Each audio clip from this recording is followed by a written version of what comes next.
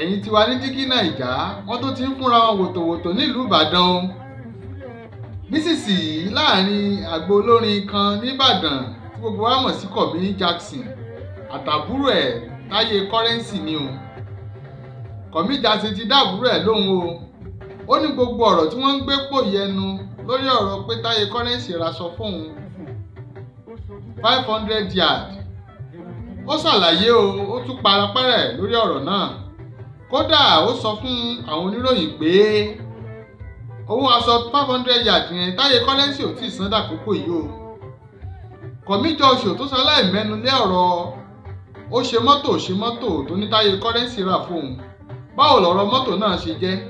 ẹ tún gbọ́ báwo lọ̀rọ̀ gbá tí kí ló dé tí Kọ̀mí Jackson gbá Táyé Currency létí? ẹ já gbọ́ nǹkan tí Kọ̀mí Jackson fẹ́ sọ. ẹ máa gbọ́. ta ni mò ń fọ́ fún, níbo ni mo ti dalẹ̀? mo gbọ́ tó pọ̀ gan. ṣe rí àkọ́kọ́ ṣe èèwọ̀ ni fún mi láti bá, nítorí pé Currency jábúrò mi sìn, ó ti dèwọ̀ fún mi láti bọ́ lórí kankan ṣe. eléyìí tiẹ̀ ṣe tiẹ̀ síta gbangba. at times àwọn kan máa pè mí lóru tó máa threaten mi. àtòrí kan ṣe kan lọ́lọ́run. àtòrí kan ṣe kan lọ́lọ́run. bẹ́ẹ̀ ni tí ò bá sí tèmi ó lè má jẹ́ èèyàn láyé.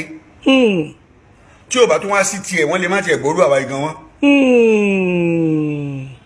so àtòrí nǹkan ṣe lọ́lọ́run ọba. so èyí tó ń jábọ́ tó ń sọ̀rọ̀ yìí. ẹ gbọ́ gbé mọ́tò fún yín. wọ́n raṣọ yẹn 500 wọ́n ṣe gbáṣà. lóòótọ́ ló raṣọ yẹn 500 lọ́wọ́ mi. wọ́n fún mi lówó aṣọ yẹn 500 mi ò mi torí ẹ̀ bàjá.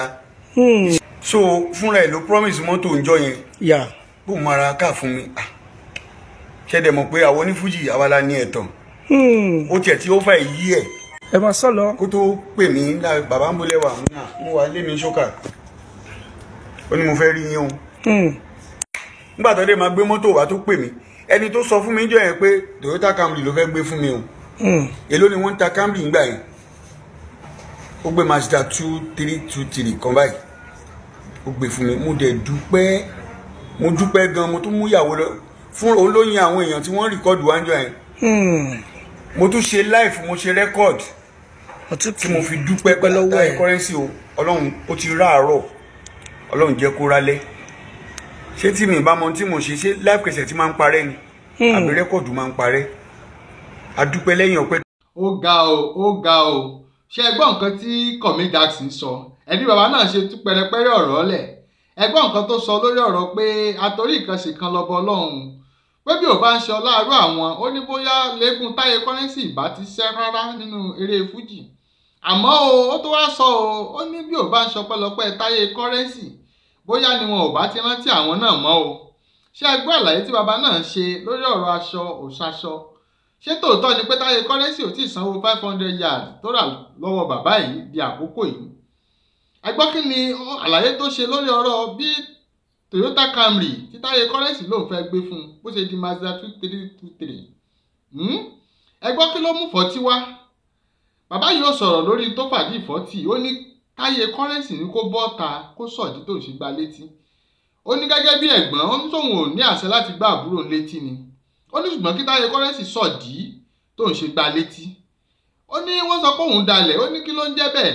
ó ní sórí pé Táyé Currency jábúrò òun sóun ò gbọ́dọ̀ gba eléré olórin míì ṣe mọ́ ni. èyí àtọ̀pọ̀lọpọ̀ ọ̀rọ̀ ni bàbá yìí sọ o nínú fọ́nrán tẹ̀ ń wò yìí.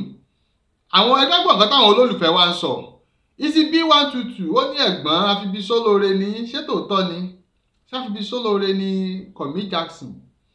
ẹ̀sọ́ ààrẹ lómìn tó tún sọ̀rọ̀ ẹ̀sọ́ ó ní bàbá ọlọ́run ó ṣe ojú yín o, ọlọ́run ó ṣàánú yín. ẹni tó tún sọ̀rọ̀ tó ń jẹ́ Sunday Káyọ̀dé ó ní Kọ̀mí Jackson ó ní ẹ ti pẹ́ nínú eré ọ̀nà ọjọ́ yín dẹ̀ ti jìn pé ọlọ́run á túbọ̀ rọ ẹ̀mí. kí ni Mọ̀rúfù Àkànó sọ? ó ní ẹ lọ bá àbúrò yín o kẹ́ ẹ lọ fà á mọ́ra kẹ́ ẹ parí ìjà. ibo lọ̀rọ̀ ń lọ sọ̀rọ̀ yóò tó padà búrẹ́kẹ́ jù báyìí lọ.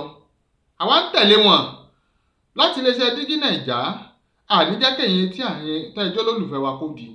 ẹ máa bá wa share fídíò yìí, ẹ máa like ẹ̀. ó dàbọ̀.